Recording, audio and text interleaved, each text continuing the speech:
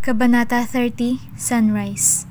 Kahit hindi makapagsalita sa trauma na natamo, alalang-alala ko ng buo ang nangyari. Hindi ko na siguro talaga makakalimutan iyon. I cried for the unbearable abdominal pain when a local doctor held my stomach for inspection. Dinala ako ng mag-asawa ilang linggo pagkatapos ng aksidente sa isang klinika hindi kalayuan sa lugar nila. The clinic had an old woman for a nurse and without proper uniform. Halatang hindi rin moderno ang klinika sa labas, pero nang pumasok sa loob, kahit paano mayroon namang pasilidad. Before I came inside, there was a woman who gave birth in his room. Sinundan ko ng tingin ang matamlay na bagong ina kasama ang kanyang sanggol. Naglalakad na palabas sa klinika. Hindi ko alam na posible palang tumayo at maglakad pa pagkatapos manganak. Sa likod ko, may ilan pang pila ng mga buntis na kabuwanan na. Not that I care much about it since I'm preoccupied with the chronic pain on my abdomen. Kaamante, eto po ang pamangkin ko. Patitingnan lang ho sana namin kasi masakit ang tiyan niya. Ilang linggo na. Kaamante, I realized then that although his office or the room looked like an old doctor's office, I am not sure now if he is. Pamangkin nyo? Kanino? Sa'yo, Hener? Hindi makapagsalita ang mag-asawa. Maniniwala na sana ako pero wala sa mukha ninyo ang kutis man lang nitong dalaga. Isang tingin, ngumiti si Kaamante. Kinabahan agad ako sa kanya. May salamin at bigote ang matanda at kung hindi lang ako muling umiyak sa sakit ay baka humaba pa ang usapan at nandiri pa ako sa ngisi. Anong sakit? I cried harder when I felt the squeezing pain on my abdomen at gaya ng nangyari kagabi, muli akong kinapos ng hininga. Takot na mawalan ng malay, sinubukan kong huminga ng malalim at dahan-dahan, pilit na isinasantabi ang sakit. It was as if I was fighting so hard for my dear life and I don't even know if this place could help. However, the pain was just too powerful. Anong nangyari rito? Tanong ni Kaamante. Mabilis akong inilalayan ng matandang babae sa isang higaan. I can imagine the woman giving birth on that small bed.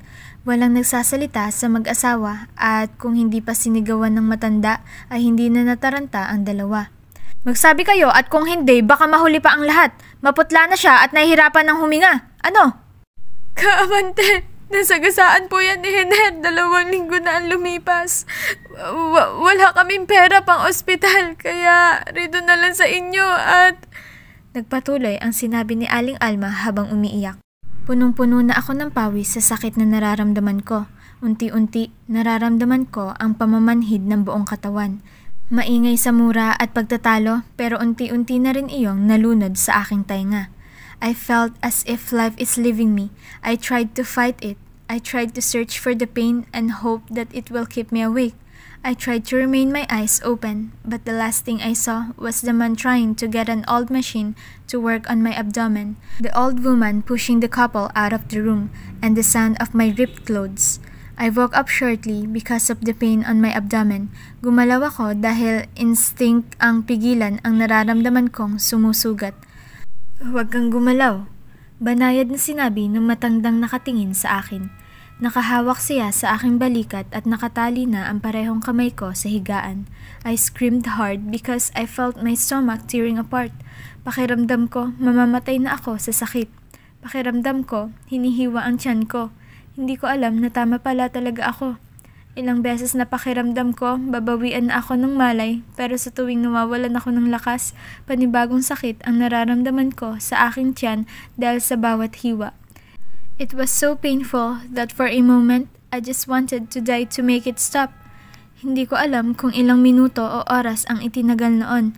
Ang huling alaala ko na lang ay ang pagtataboy sa amin ni Kaamante at ang pangako niya na bibisitahin ako sa bundok.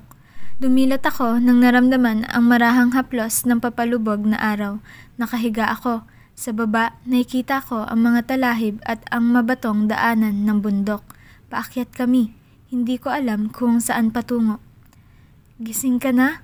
Ayos ka lang ba? Si Aling Alma.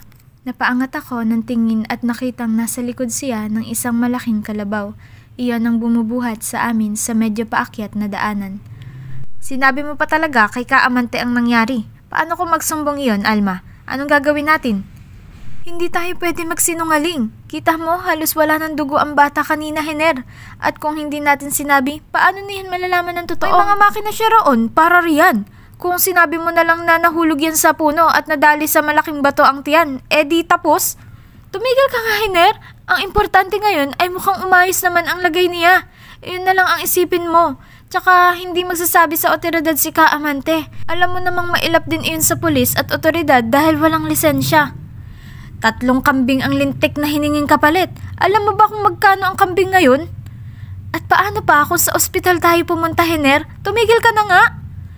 Paiinumin lang yun ng gamot, Alma. May nalalaman ka pang ospital dyan? Tandaan mo, ikaw ang nakasagasa sa kanya, Hiner. Swerte na tayo na hindi siya namatay. Unti-unti kong hinawakan ng aking tiyan. Namamanhid ito at naramdaman ko ang makapal na benda roon. The old man from that old and unsanitized clinic performed an operation on me. Hindi ko alam kung anong klaseng operasyon iyon o kung ano ba ang sakit sa tiyan ko. Ang mahalaga sa akin sa puntong iyon ay ang pagkakawala ng sakit na nararamdaman doon.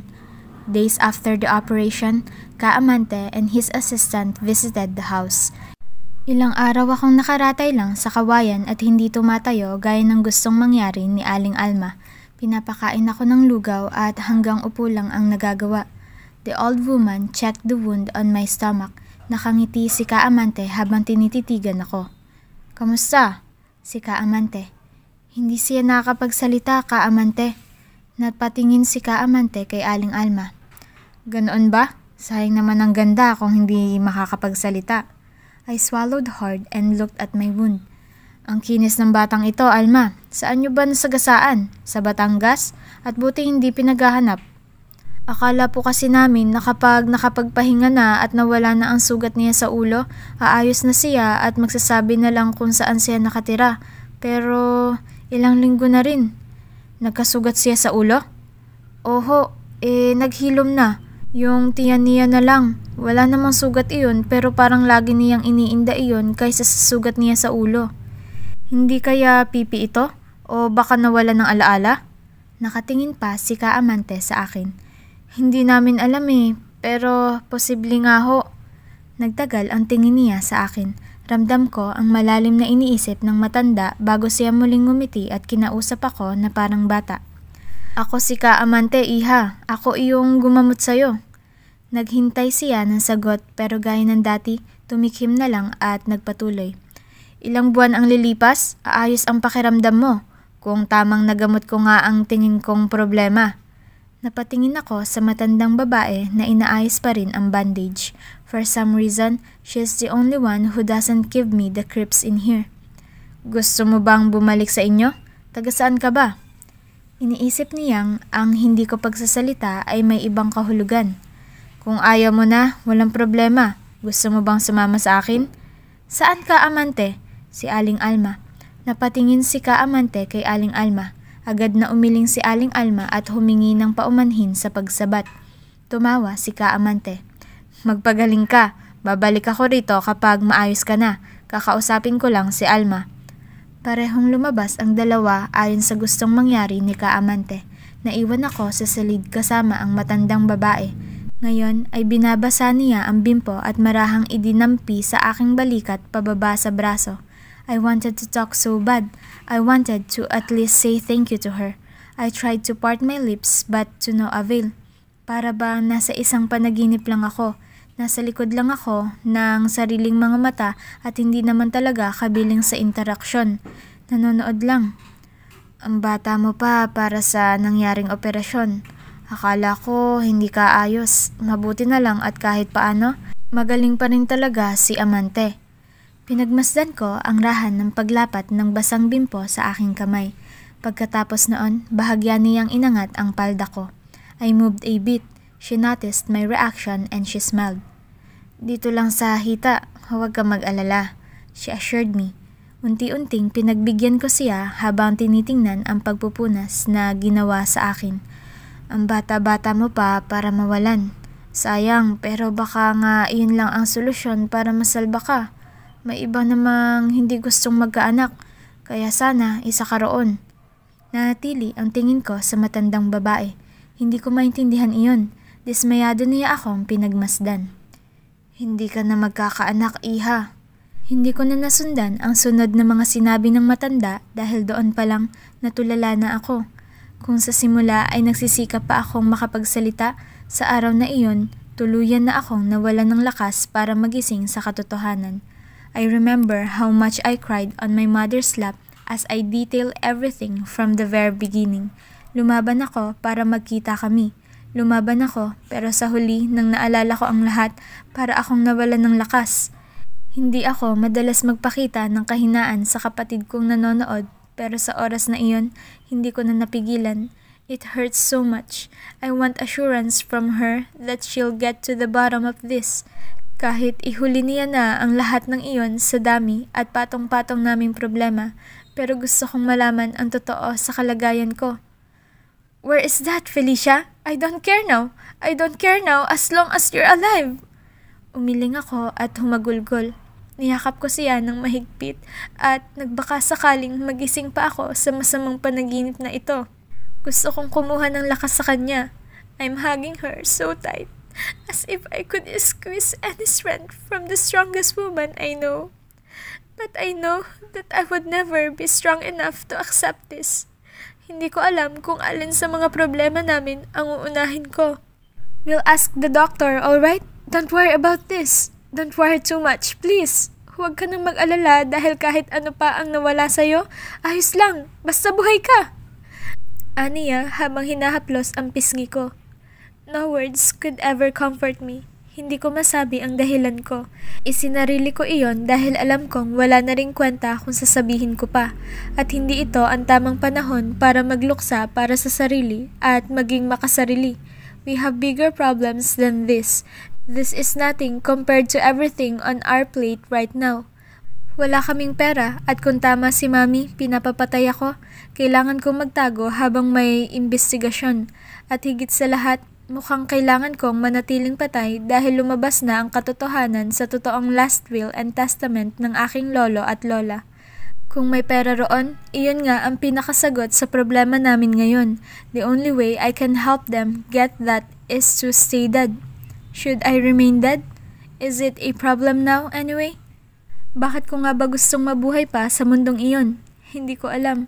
Kung mabubuhay ako sa ibang katauhan para masalba si Mami at Atticus, gagawin ko. Hindi na mahirap iyon ngayon dahil wala na rin naman akong babalikan pa sa buhay na iyon. All my friends wished for my death. All of them didn't genuinely care about me. They were only my friends because we were one of the country's richest. Now that circumstances revealed their true feelings, why should I go back and reconcile with them? Paano pa kung isa sa kanila ang may kagagawan sa nangyari sa akin? Or if not, they are all just totally indifferent to what happened to us. Ate, si Atticus hinahaplos ang buhok ko gamit ang malamig niyang kamay. Hindi niya alam kung ano ang sinasabi ko at ano talaga ang problema ko, pero ramdam niya ang matinding kalungkutan. He couldn't stand seeing me crying this way, that he went to me and tried to calm me down. Nothing could ever ease the pain, sadly, but I tried hard to hide and let him see that it's okay.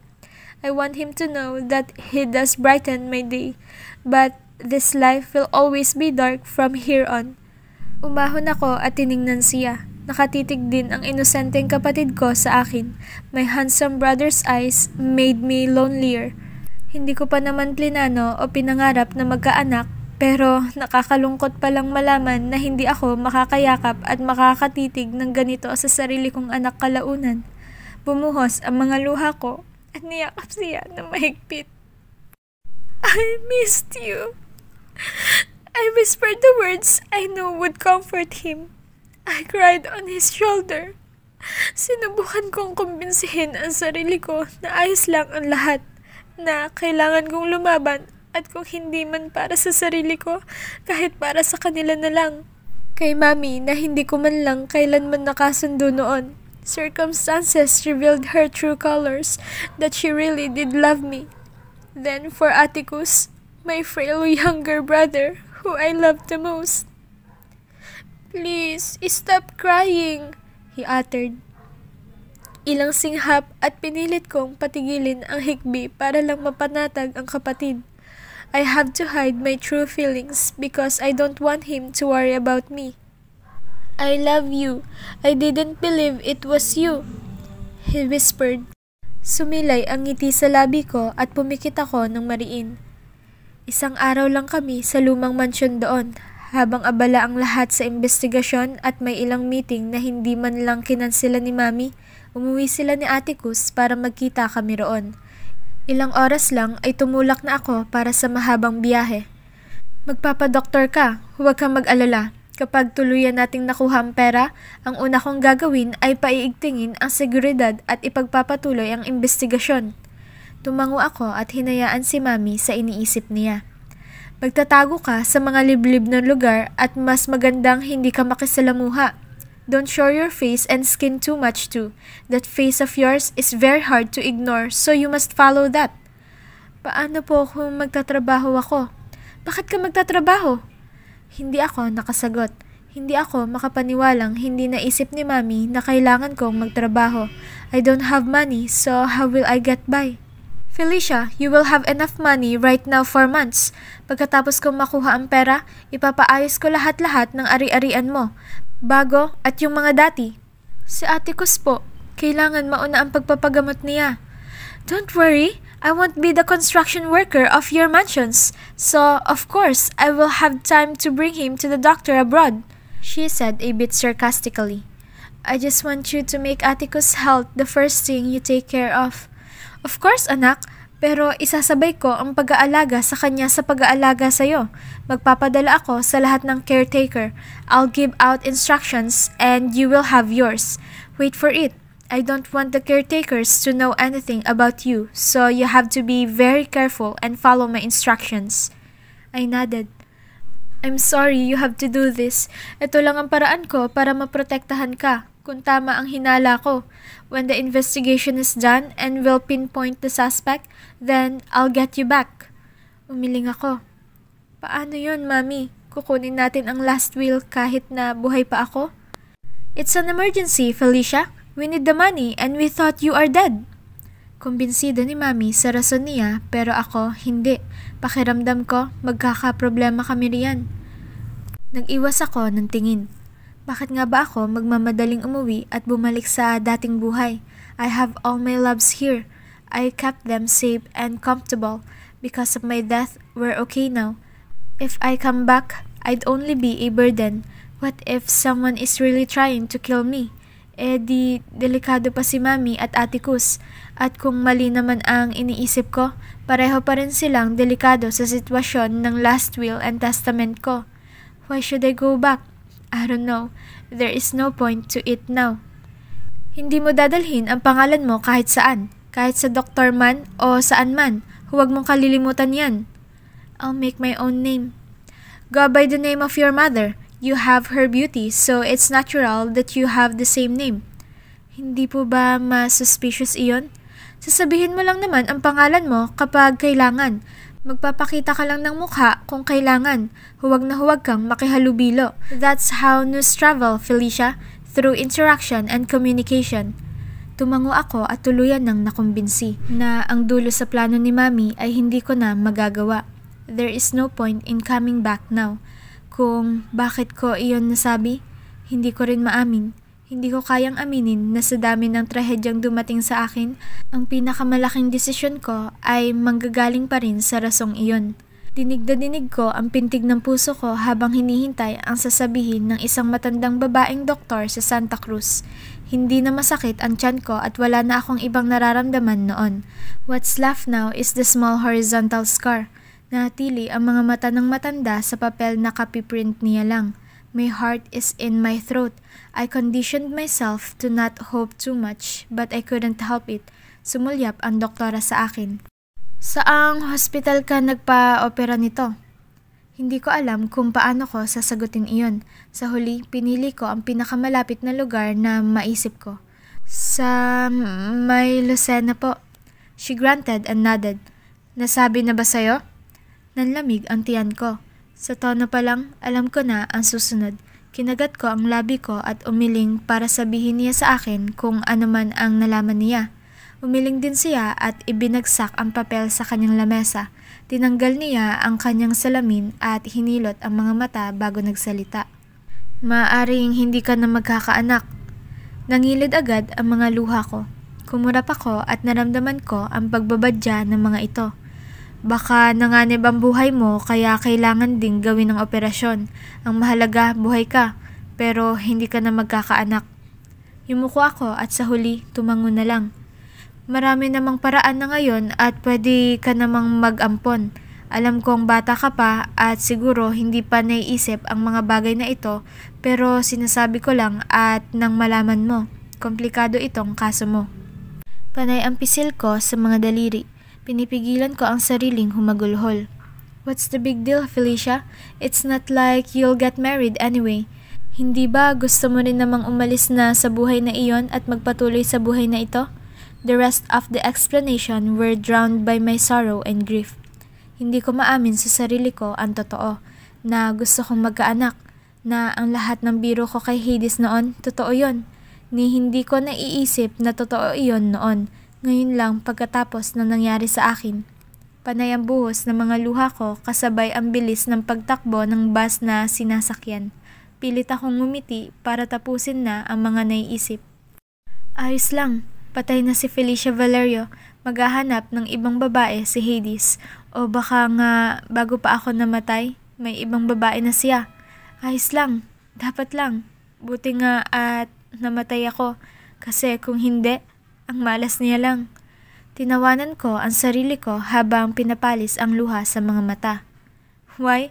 Did you expect him to stay loyal to you? He won't, Feli. Kahit pa hindi ka namatay, ipagpapalit ka noon, kaya tama na yan. Kahit anong gawin mo, wala na. Kahit anong iyak mo riyan at kahit anong dasal mo, wala na. Ayos lang yan. Patay ka na rin naman eh. Manatili ka na lang na patay. Wala ka namang kwenta. Thoughts about getting married as Raya Graciano with a simple life hit me. However, it wasn't as painful as being Felicia Valerio. Siguro dahil si Hades lang ang mahal ko. Kung sakaling umabot ang mahabang panahon at magmahal ako ng bago, ayos lang ba? Will I be selfish enough to think about that? For a fleeting moment, I remember Hades' angry and bloodshot eyes. On my mind, he heard my plans to get a different man and he doesn't like it. He won't let me search for another love. Bumuhos ang panibagong luha sa mga mata ko. Bakit? Kaya mo bang pigilan yon? Patay na ako sa iyo eh. Sinubukan kong punasan ang mga luha ko, pero sa huli, mas lalo lang akong humagulhol. If in time I'll come back, if in some kind of miracle, something will convince me to come back, and if in some miracle you are still waiting, I will never accept you. Accepting you is selfishness. I know you have dreams of a big happy family. I can't drag you into this suffering and this forever insecurity. This might seem petty, but somehow it means so much to me. I love you, but I won't be selfish. I will never be happy, knowing that you won't be happy eventually. I will never be at peace, knowing that someone can give you a better feeling. I will never do that to you, no matter what. If you are concerned about it, just get a boyfriend na may anak na sa iba. Minsan nang nasabi ni Mami. An image of me and Hades flashed in my mind. Hades as my husband, but with another woman he'll take care of to provide him children. Halos bumaliktad ang sikmura ko. Ayos lang ba yun? Ayos lang sa akin? It's not like I'll come back anyway. I'd rather watch him love someone else and fulfill his dreams with another woman than do what Mommy said. None of it could make me happy, but do I have a choice? Ang mabuti pa, mananatili na lang akong patay. Iyon na lang ang totoong solusyon at ang desisyong alam kong kaya kong panindigan. Kung magmahal man siya ng iba, magmahal siya. Hindi ako makikibalita. At sa oras na malaman ko iyon, siguro nga iiyak ako at masasaktan. Pero walang magagawa ang mga luha ko, hanggang iyak at sakit na lang. I have no right to fight for my love. Fighting for it is selfishness. Loving him and letting him love me is selfishness. And believe me, even though I want him so bad, I can let him go. If letting go of him means I'll see him happy, then I'd gladly let go. I'd gladly push him away to his happiness. It doesn't matter if it kills me. I'm dead anyway. Hindi ako magkakaanak! Naintindihan mo? Nakatingin siya sa daliri ko. Unti-unti niyang binaba ang kamay ko at lumapit lalo sa akin. Wala na akong iaatras pa kaya bahagya kong itinulak ang dibdib niya. He slanted his head. Inilapit niya sa akin iyon at marahang siniil ang labi ko ng halik.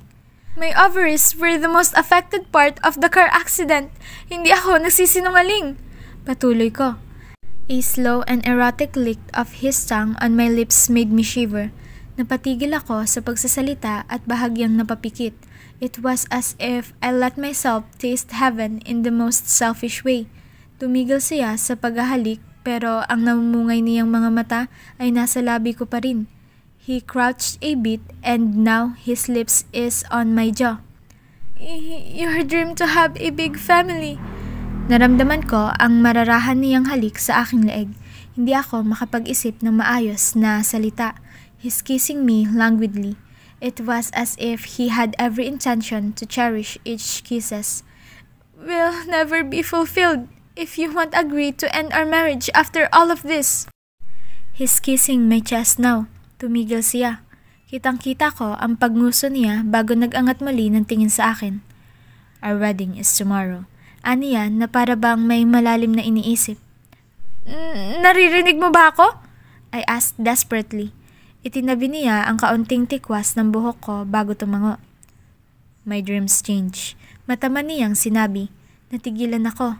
Ano naman ang bago niyang pangarap ngayon? Itatanong ko pa ba ito o hindi?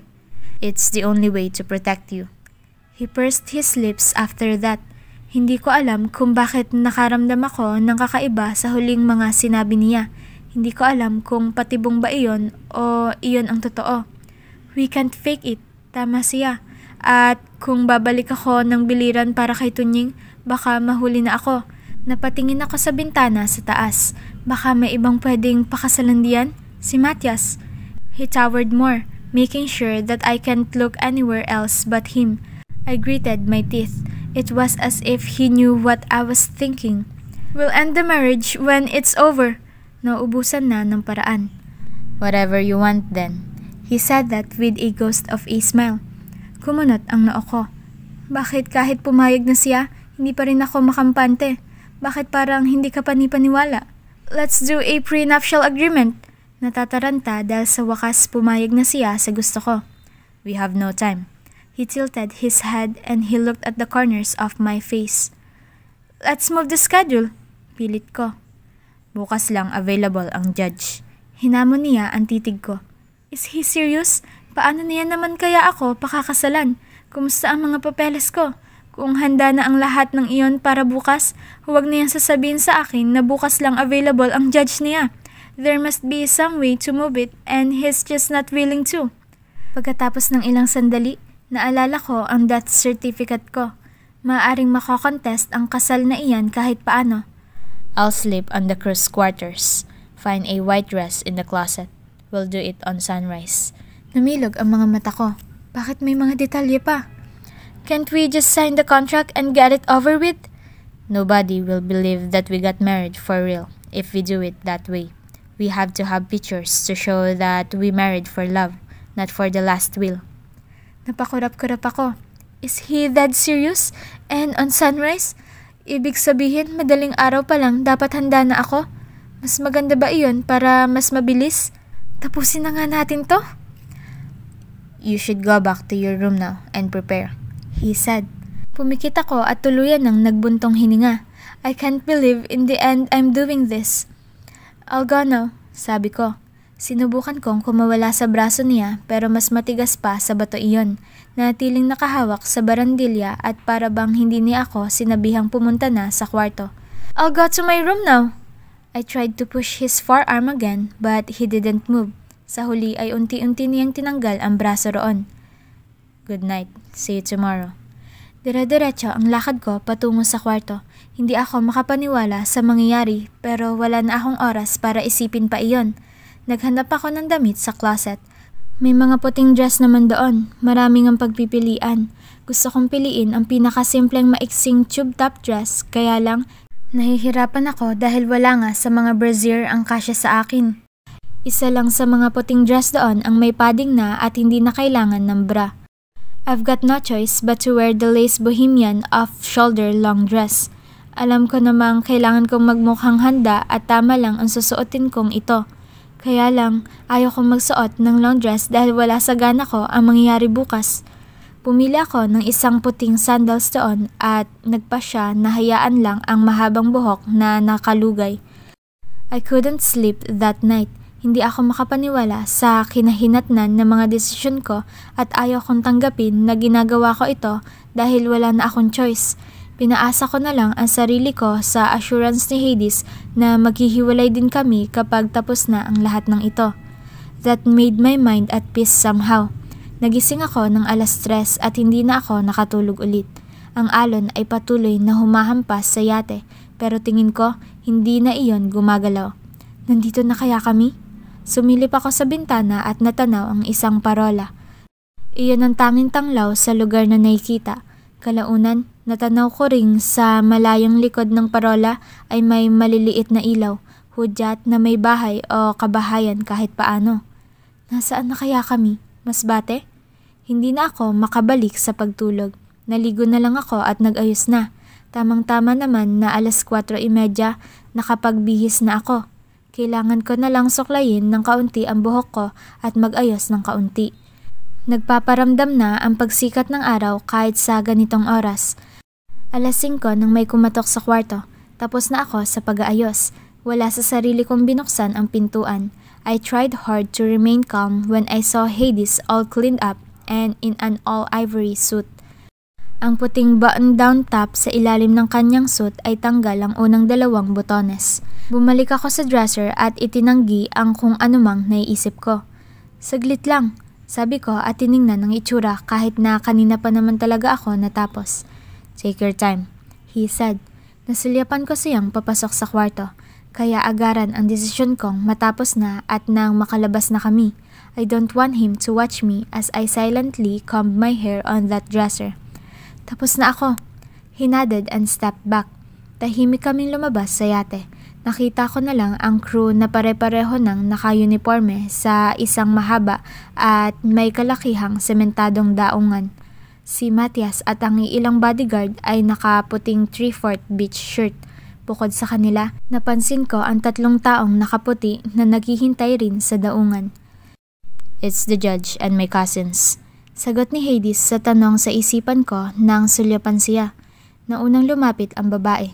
Hinawakan niya ang kamay ko para alalayan ako patungo sa daungan.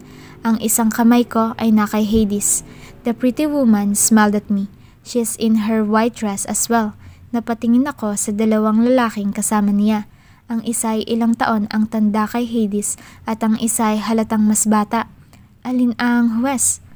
Hi, I'm Wanda. Maligayang sinabi ng babae sa akin nang ibinalik ko ang tingin sa kanya. Titig na titig siya sa akin at nakangisi rin. This is my brother, Erickson. Sabay lahad niya sa matangkad na lalaking katabi. Pansing-pansin ko ang pare-parehong titig nila sa akin. It's like they've seen a ghost. Pero siguro nga at kasagsagan ng trahedya, nakilala nila ako at inakala ring patay. The look on their faces right now is an evidence that it will be shocking to see me again. They were shocked even when they are all strangers to me. What more to the people who knew me? This is our friend Judge Narvaez. Natawa ang itinurong huwes. Skip the titles, Dove. Or do you want me to call you Doctora Hidalgo? Narvaez? Hidalgo? Then they definitely know me. Good morning, Hades. Bati noong Erickson kay Hades. Nagkamayan sila. Ngumiti si Erickson at tinapik ang balikat ni Hades. Sinulyapan niya ang parola sa malayo bago nagsalita ulit. The sun is rising fast. Shall we start?